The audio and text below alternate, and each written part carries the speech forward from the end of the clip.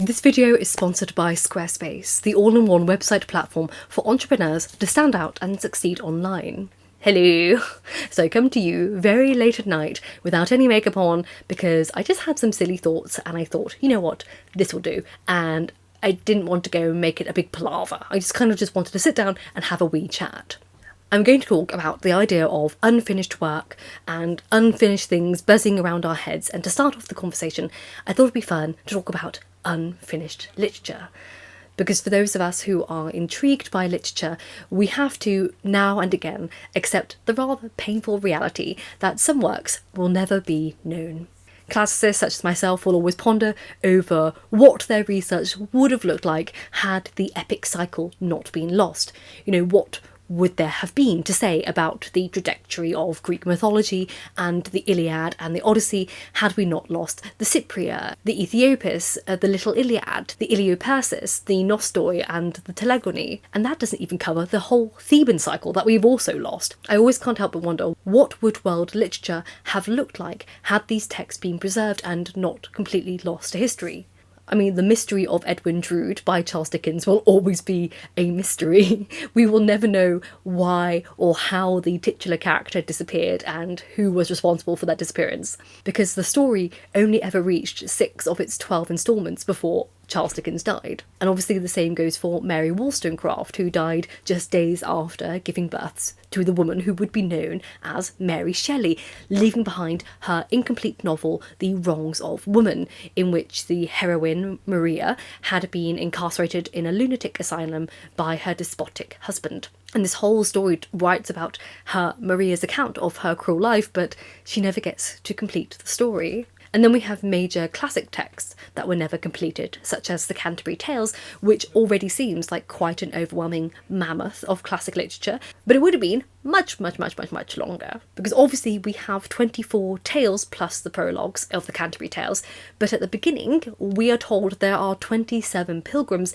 each of whom was supposed to tell 2 tales on the way to Canterbury and 2 tales on the way back. Thus we only actually have 24 of 108 stories that we were promised at the beginning of the book. Jane Austen also died but 11 chapters into her novel Sanditon, and then when Albert Camus was killed in a car crash, they found in the mud beside the site of the accident the beginning of an autobiographical novel titled The First Man. Now, whilst most of those examples are of authors dying before completing their works, there are even more examples of works that were left for years. Ernest Hemingway wrote The Garden of Eden over a 15-year period, and it remained completely unfinished until he died, and then that led to much controversy regarding the ethics of its publication and posthumous editorial choices, all of which were done obviously without his consent. You know, that leaves one wondering what would happen if some things were never meant to be finished or read, or if some works needed just more time than others. You know, Stephen King famously discarded the novel Carrie and threw it away in a waste paper basket, and he only returned to it once his wife retrieved it and gave it back to him. And the same goes for To Kill a Mockingbird. The manuscript was thrown into the snow, and then Harper Lee was encouraged to go and retrieve it by her agent. When you think about rather dramatic stories like that, you rather think how many books and stories were destroyed or lost or left unfinished that we as readers never got the pleasure of even knowing about, or being intrigued by, or left puzzling over for a lifetime. And technically it's not just authors when it comes to unfinished business. You know, we as readers leave things unfinished all the time. You know, there are books that we liked but we weren't quite in the mood for, so we slotted one of our loyal bookmarks into the pages and then just left the book alone. And sometimes we do that with this sort of throbbing, painful guilt in the back of our minds for every few weeks or months, and then others we just completely forget that we read them at all. And I do recognise the irony that the last book that I left unfinished and completely forgot about was Hyperfocus by Chris Bailey. What are you up to, young lady? If you can hear rummaging in the back, Sappho is really hyper. So she's just playing. And they've chosen to play in the room with me. Lovely. They could have done that all evening, and they chose exactly when I started filming to start play fighting behind me. But before I go any further and talking about my PhD and just all my thoughts, I'd like to take a moment to thank today's sponsor, which is Squarespace. So whether you're just starting out or managing a growing brand, Squarespace makes it so easy for you to create a beautiful website, engage with your audience and sell anything from products to content to time, all in one place and all on your terms. I've gone through so many iterations online, from blogging to now running a business, and Squarespace has seen all sides of my online evolution. I know many of you have asked for me to do like some kind of an academic community, and I could do that all on my Squarespace website because it allows for me to create members only content for an academic community. So I can sell access to online courses or blogs or help videos, memberships, and purchases can be anything from a one-time fee to subscription access. And then when it comes to evolving my business, I can make smarter business decisions with Squarespace's intuitive built-in analytics tools that lets me review my website traffic or learn where to focus my engagement, track revenue from bookings, invoices and product sales, all from one place. So if you're interested, check out squarespace.com for a free trial, and when you are ready to launch, go to squarespace.com/lady of the library to save 10% off your first purchase of a website or domain. But then, when we come back to these texts that we left behind, there's something rather uniquely disconcerting about encountering an earlier version of oneself who was very certain once upon a time that this really mattered. And we re-encounter them again. Because when I look back at books that I left unfinished, I'm reminded precisely of where I was and what I was feeling when I abandoned them. I mean, one that comes to mind is the Book of Jacob. And I was in Italy, and it was my first ever solo holiday and my first ever holiday in 11 years. And I was having an utterly miserable time. And to this day, years later, I have yet to be convinced that holidays are pleasant experiences at all. And then when I started Hyperfocus, I was in a very dark place mentally. I was very unsure of what I was doing, any of this for, and feeling terribly lost and confused by my life and how I was running my business, my YouTube channel, and my studies, just all of it. Now, 8 days ago, I returned to my PhD, and in my year off, I sort of grappled with the adequate vocabulary for what I was doing, really, and what was happening. You know, I was described by my doctor as burned out, and I told myself and others on a regular basis that I had failed my PhD. And then whilst others told me that I was just taking some rest, I found that really strange because at no point during my time off did I feel restful.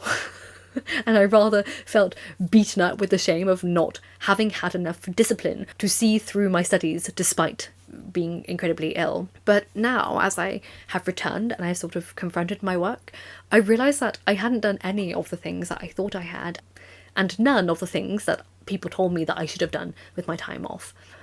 When I returned, I realised that I had chosen not to abandon my work, and the year off was simply a year in which I realised that motion does not equate to progress.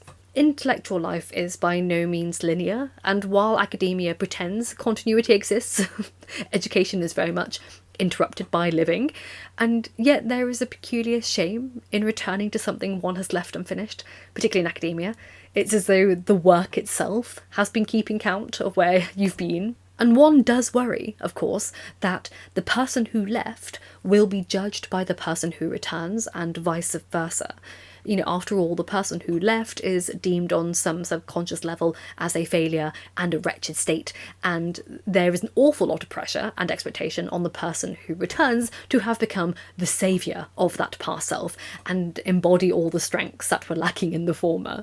But I didn't return with the valour that I hoped I had a year ago. And I didn't return with my work in place. I still have absolutely no idea about what I'm doing on here and what I should be making and what I should be talking about and how I should be creating content. Absolutely not a clue. I still cry about it every day. And I certainly did not return with my mind at ease or with the confidence and with the impassioned drive I so desperately desired a year ago. However, having said all that, I returned with what I would describe as a quieter kind of willingness. You know, a willingness to be wrong and a willingness to look stupid and write badly and read about things that I don't understand multiple times and read at a slower pace than average and just accept it. And I returned accepting that I'm not the person who began this PhD, nor the person who had dreamed and saved up for this PhD with her own money for so many years. And I returned accepting that most of the fears that I had revolved around how other people saw me and treated me, and in my attempts to control and predict that unkindness, I rather sabotaged myself in making myself terribly small and not taking risks. And now I accept that how other people treat me and perceive me is entirely about them, not about me, and I shouldn't be risking my mental well-being and personhood to calibrate external judgments. But primarily, what sort of shocked me, but then not really shocked me, when I actually returned, I returned incredibly excited to be part of something that I love so dearly, even though I'm not particularly good at it. Because it was lovely to feel that excitement again. You know, I'm not terribly good at identifying my emotions or where they come from. So what I'm excited for in particular, I can't quite identify. And I suppose at my age, I find that will do. You know, we'll just go forward with that. But I think the big revelation of my time off was that I realised that out of the two, my job here is the biggest stressor. I think that's because I'm part of a system in which I have to be successful every week. There is no room for failure there, and what I'm exactly applying myself to is a mystery, where at least with my research it's not a mystery. You know, I know my research topic, I know I'm going forward for it, and I know what to read and what not to read and how to approach things. That's much easier than my job, which is a shame I couldn't have reversed it and taken a year off work to do a year of PhD. You know, it's something that I don't think I'll ever quite understand. I suppose I don't have a purpose. I'm not entirely sure what the motivations are. If I'm here to educate, if I'm here to entertain, if I'm here to help, if I'm here to inspire, I don't really quite know. I suppose people say do what you love, and I suppose I don't really quite know that either. I feel like I got so lost in trying to work out what works that I lost myself, and I don't know who I am. And yeah, there's a strangeness of not being able to figure something out and feeling like everyone else has sussed it out. They know what they're doing and you don't know what you're doing. Why haven't you figured it out yet? This is your whole career. And it's something that I loved when I didn't have to consider other factors. I suppose that's a bane of doing things alone. It's the same with PhD. When you don't have a cohort or anyone to bounce ideas off of, you can feel a little bit lost, and the same with on YouTube. But I don't know what people want, how to do it, what I'm going to be doing, what's my North Star, as it were. It's really hard to explain, and it's really hard to figure it out. And when you only have like a week at a time to try and figure something out, it goes a bit gobbledygook.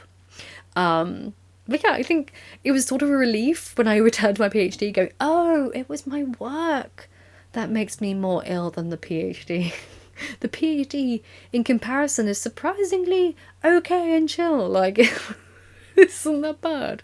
But I'm really excited to get back into PhD again. I know people aren't really very interested in that over here, so forgive this quite self-indulgent discussion. I do have like 3 channels. I've got my little study with me channel, which is like study with Cinzia. And we're doing live sessions 3 times a week or so, where we just study together, work together. So if you want to join in, and I probably will post random bits about like studying on there because it is a study channel. I won't bore anyone with things on here about that. But thank you for those of you who've been joining me for my study with me's. It's been really nice to get back into those and feel like I am part of the community.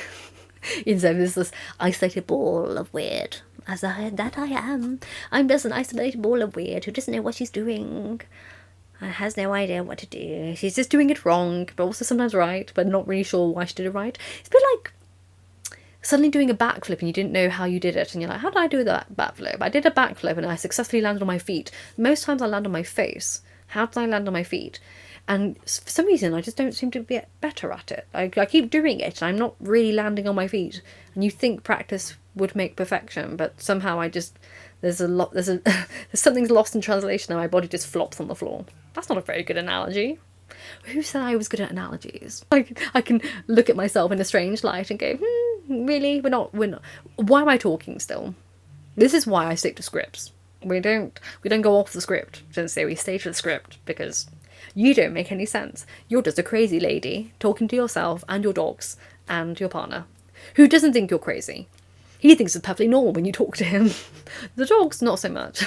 Anyway, end the video. End the video. Thank you ever so much for watching. I do truly appreciate it. And thank you, as always, to my Patreons, and including my top tier Patrons. We have new ones. We have Glass2222. Thank you so much. Holly is autistic. Relatable. Lacey Grindstaff. Joshua Heredia. Gil the Gilded Dragon. Lady of the Labyrinth.